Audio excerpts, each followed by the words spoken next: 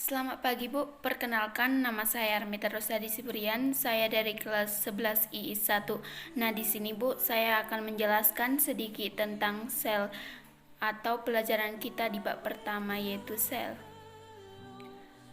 Yang pertama yaitu pengertian sel. Sel berasal dari kata cella yang berarti ruangan berukuran kecil, maka sel merupakan unit struktural dan fungsional terkecil pada makhluk hidup. Sel merupakan unit organisasi terkecil yang menjadi dasar kehidupan makhluk hidup. Tersusun dari sel tunggal uniseluler, misalnya bakteri, archaea, serta sejumlah fungsi dan protozoa, atau dari banyak sel atau multiseluler. Pada organisme multiseluler, terjadi pembagian tugas terhadap sel-sel penyusunnya. Setiap sel tersusun dari berbagai bagian, yaitu membran plasma, inti sel, sitoplasma, dan organel sel. Pada makhluk hidup di seluler, sel-sel yang berupa berkumpul bersama dan menjalankan suatu fungsi yang sama membentuk jaringan. Jaringan-jaringan yang berbeda menyusun satu organ yang memiliki fungsi tertentu. Organ-organ yang berbeda bekerja bersama-sama membentuk suatu sistem organ. Yang kedua yaitu fungsi sel. Tumbuhan, hewan, manusia, dan makhluk hidup yang lain tersusun dari sel. Sel dapat dianggap sebagai kantung kecil meskipun kenyataan lebih rumit dari sekedar kantung. Sebagian besar dari sel tersusun dari air dan komponen kimia utama, misalnya protein, karbohidrat, lemak, dan asam nukleat. Kantung tersebut tersusun dari dua lapisan membran fosfolipid yang bersifat selektif permeable, yang berarti hanya molekul tertentu saja yang dapat masuk keluar sel.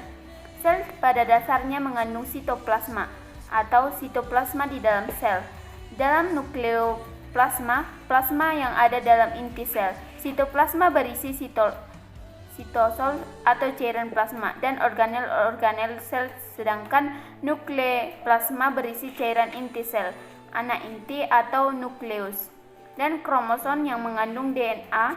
DNA merupakan molekul pembawa informasi genetik yang pada saat tertentu terpaketkan menjadi kromosom. Yang berikutnya yaitu adalah sel prokariotik dan eukariotik. Sel prokariotik. Sel prokariotik adalah sel tanpa membran inti. Sel prokariotik berukuran 1-10 om.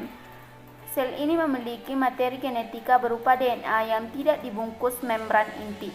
DNA pada sel prokariotik berbentuk sikuler atau disebut nukleoid.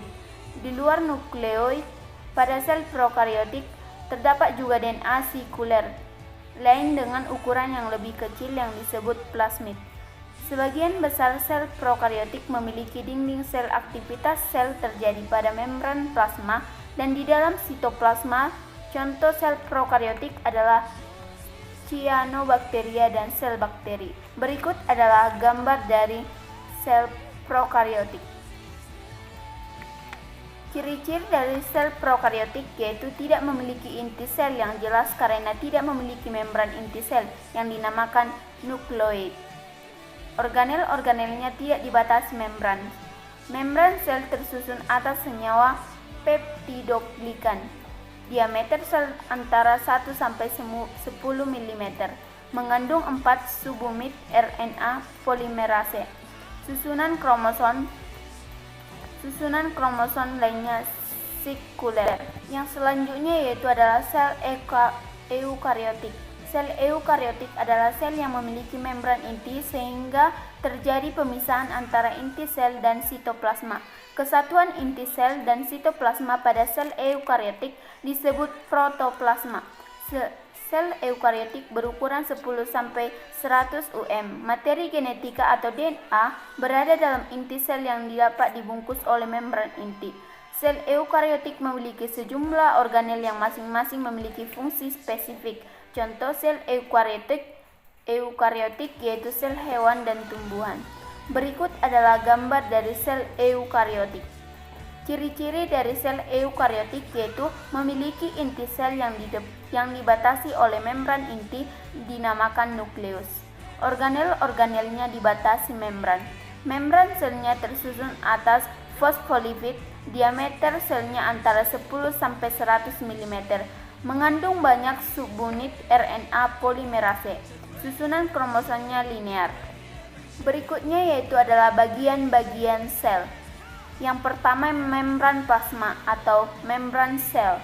Membran plasma memiliki struktur lembaran tipis. Membran plasma tersusun dari molekul lipid atau lemak, protein, dan sifat dinamis dan asimetris. Bersifat dinamis karena memiliki struktur seperti fluida atau zat cair, sehingga molekul lipid dan protein dapat bergerak.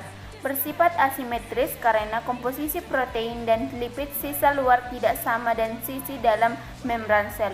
Molekul-molekul tersebut menyusun matriks lapisan fosfolipid, rangkap fosfolipid di layar yang disisipi protein membran. Terdapat dua macam protein membran, yaitu protein yang telegram atau integral dan yang menempel, yaitu adalah periferal di lapisan fosfolipid. Satu unit fosfolipid terdiri dari bagian kepala atau fosfat dan ekor atau asam lemak. Berikut adalah gambar dari membran plasma. Yang berikut yaitu inti sel atau nukleus. Inti sel merupakan bagian sel yang paling mencolok di antara organel-organel di dalam sel. Pada eukariotik, inti sel dibatasi oleh membran sel. Membran inti memiliki pori-pori berukuran 60 mm. Membran inti berguna untuk pertukaran materi antara nukleoplasma atau plasma inti dengan sitoplasma. Nukleoplasma mengandung nukleus atau anak inti dan kromosom. Nukleus merupakan tempat pembentukan dan pematangan RNA ribosoma atau salah satu bahan pembentuk ribosom. Struktur sel terlihat dengan jelas pada saat air melakukan pembelahan atau tahap metafase. Fungsi inti sel adalah sebagai berikut. 1. Mengendalikan proses berlangsungnya metabolisme di antara sel.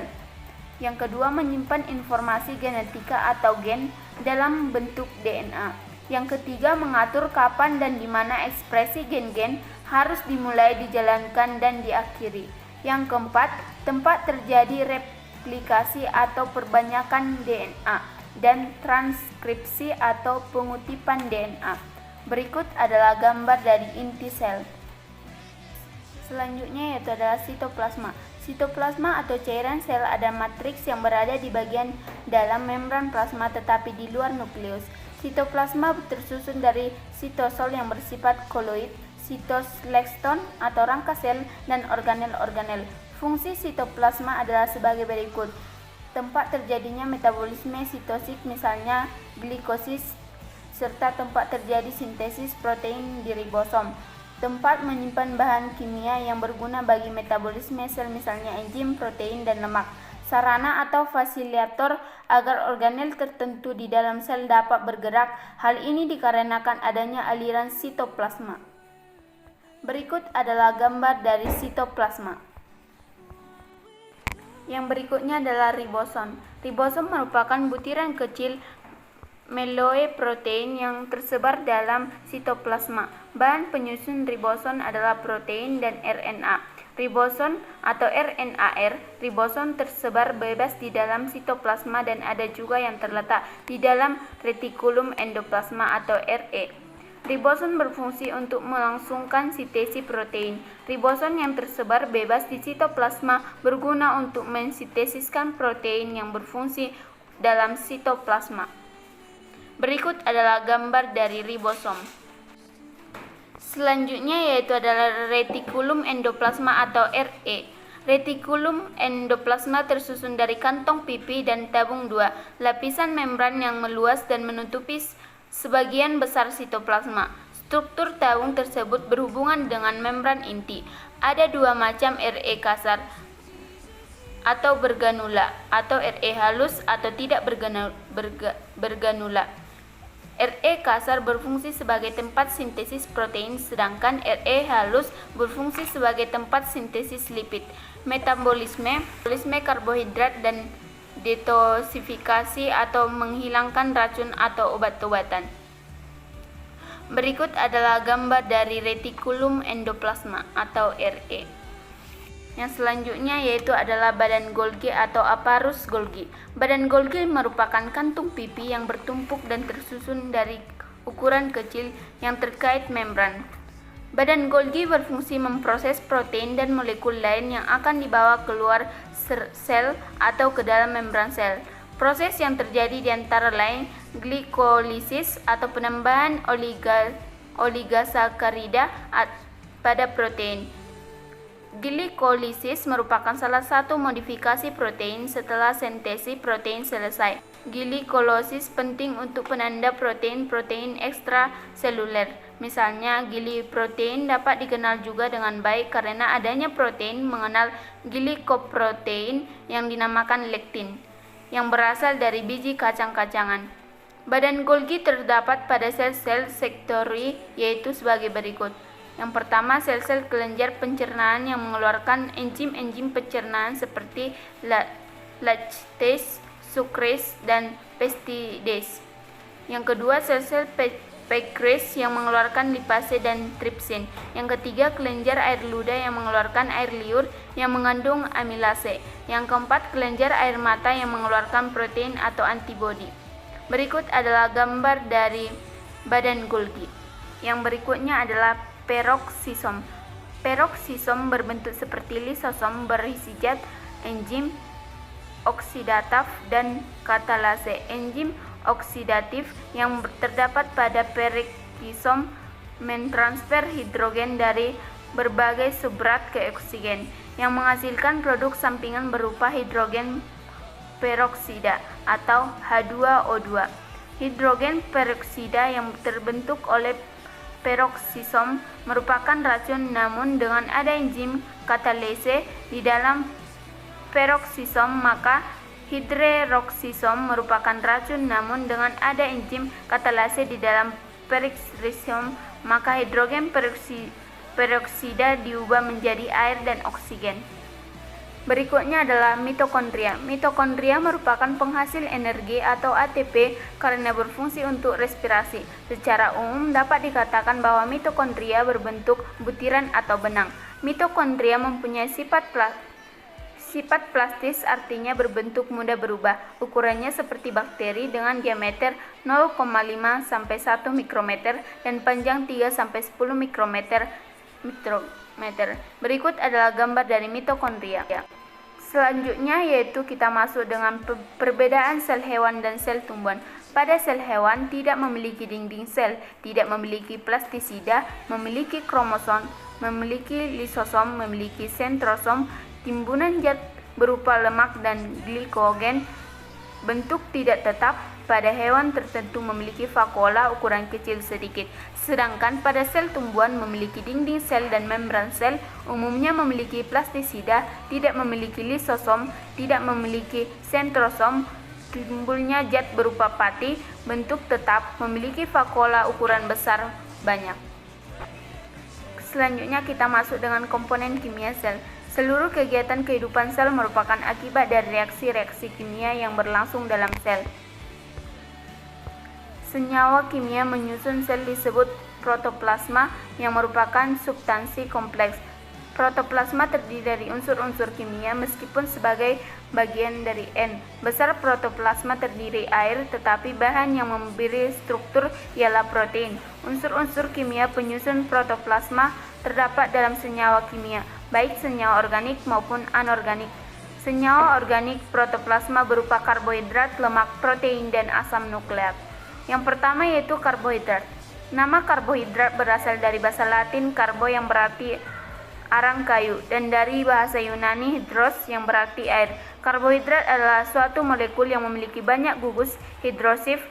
Adapun yang tergolong karbohidrat adalah monosakarida atau gula tunggal, disakarida atau dua ikatan gula, dan polisakarida atau banyak ikatan gula. Yang kedua adalah lemak. Keseimbangan oksigen lemak lebih kecil daripada molekul karbohidrat. Lemak digunakan oleh hewan dan tumbuhan. Sebagaimana energi cadangan, simpanan energi pada lemak biasanya lebih efisien jika dibandingkan dengan energi yang disimpan dalam pati. Artinya, Jumlah energi yang disimpan per gram lemak menghasilkan energi yang lebih besar daripada yang dihasilkan pati. Hal ini dikemungkinkan karena lebih tidak memerlukan banyak oksigen untuk respirasinya. Yang ketiga yaitu adalah protein. Protein tersusun dari asam-asam amino yang bergabung. Asam amino yang paling sederhana adalah glisin atau NH2CH2COOH.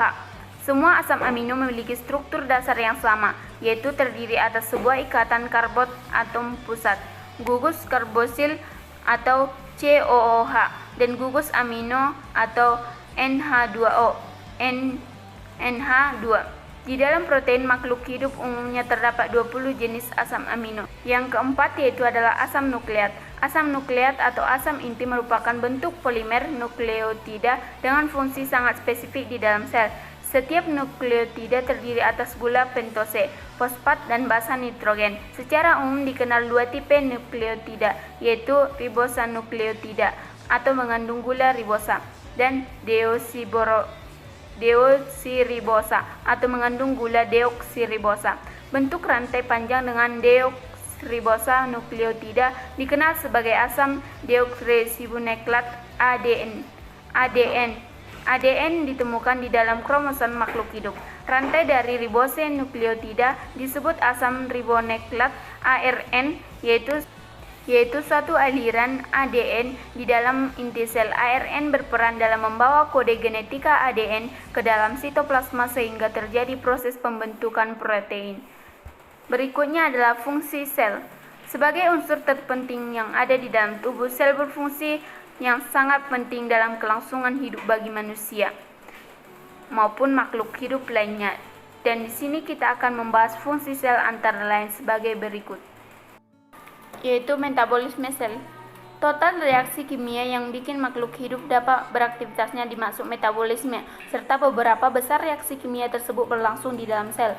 Metabolisme yang berlangsung di dalam sel bisa berbentuk reaksi katabolik, yakni pertombakan senyawa kimia untuk membahayakan daya ataupun untuk dijadikan bahan pembentukan senyawa lain, serta reaksi antibiotik yakni reaksi penyusunan komponen sel di antara sistem katabiolik yang merombak molekul makanan untuk pembuahan daya di dalam sel atau respirasi seluler yang berjalan di dalam mitokondria eukarioti atau sitosol prokariota serta menumbuhkan ATP. Sesaat itu, perumpamaan sistem anabolik adalah sintesis protein yang berjalan pada ribosom serta memerlukan ATP. Komunikasi sel. Kekuatan sel untuk berkomunikasi yakni terima serta kirim tanda dari serta pada sel lain, memastikan hubungan antar organisme uniseluler dan mengatur manfaat serta perubahan tubuh organisme multiseluler. Contohnya, bakteri berkomunikasi satu sama lain di dalam sistem Ocrum sensing penginderaan quorum untuk memastikan apakah jumlah mereka telah cukup sebelum saat membentuk biofilm. Sesaat beberapa sel di dalam embrio hewan berkomunikasi untuk koordinasi sistem diferensi jadi beragam tipe sel komunikasi. Sel yang terdiri dari sistem transfer tanda antar sel di dalam wujud molekul, contohnya hormon, atau kegiatan listrik serta transduksi tanda di dalam sel tujuan ke molekul yang membuahkan respons sel. Mekanisme transfer tanda bisa berlangsung dengan kontak antar sel, contohnya melewati sambungan pengomunikasi, penyebaran molekul tanda ke sel yang berdekatan, penyebaran molekul ke tanda sel yang jauh melewati saluran, contohnya pembuluh darah, atau perambatan tanda listrik ke sel yang jauh, contohnya pada jaringan otot polos. Setelah itu, molekul tanda menembus membran sel dengan cara segera melewati kanal protein dan menempel pada reseptor pembentuk protein transmembran pada permukaan sel tujuan serta menyebabkan transduksi tanda. Siklus sel. Tiap-tiap sel datang dari pemisahan sel pada mulanya, serta tahap kehidupan pemisahan sel selanjutnya dikatakan sebagai siklus sel. 65 pada umumnya sel siklus terdiri dari 4 sistem terkoordinasi, yaitu perkembangan sel, replikasi DNA, pembelahan DNA yang telah digandalkan kedua calon sel anakan dan pemisahan sel 66 pada bakteri. Sistem pembelahan DNA ke calon sel anakan bisa berlangsung berbarengan dengan replikasi DNA, serta siklus yang berurutan bisa tertumpung tindih. Hal ini tidak berlangsung pada eukariota, yang siklus selnya berlangsung di dalam 4 fase terpisah hingga laju pemisahan sel bakteri bisa lebih cepat daripada laju pemisahan sel eukariota. 67 pada sel eukariota, step perkembangan sel biasanya berlangsung 2 kali, yakni sebelum saat replikasi DNA dimaksud fase G1 GAP1, serta sebelum saat pemisahan sel fase G2. Siklus sel bakteri tak harus mempunyai fase G1, tetapi mempunyai fase G2 yang dimaksud periode D. Step replikasi DNA pada eukariota dimaksud fase S, sintesis, atau pada bakteri euvalen dan periode C. Setelah itu eukariota mempunyai sistem pemisahan nukleus yang dimaksud fase M atau mitosis. Pemeliharaan terhadap siklus sel dikendalikan oleh suatu perlengkapan pengaturan yang bukan sekedar mengorganisasi beragam perihal di dalam siklus sel, namun juga berhubungan siklus sel dengan tanda ekstrasel yang mengendalikan perbanyakan sel. Contohnya, sel hewan pada fase G1 bisa berhenti serta tak berpisah ke fase 5 apabila tak ada faktor perkembangan spesifik, tetapi memasuki situasi yang dimaksud fase G0 serta tak alami perkembangan ataupun perbanyakan. Perumpamaannya yaitu sel fibroblast yang cuma berbelah diri untuk melakukan perbaikan rusaknya tubuh. Baiklah Bu, sekian dari hasil presentasi saya tentang sel. Selamat siang dan terima kasih Bu.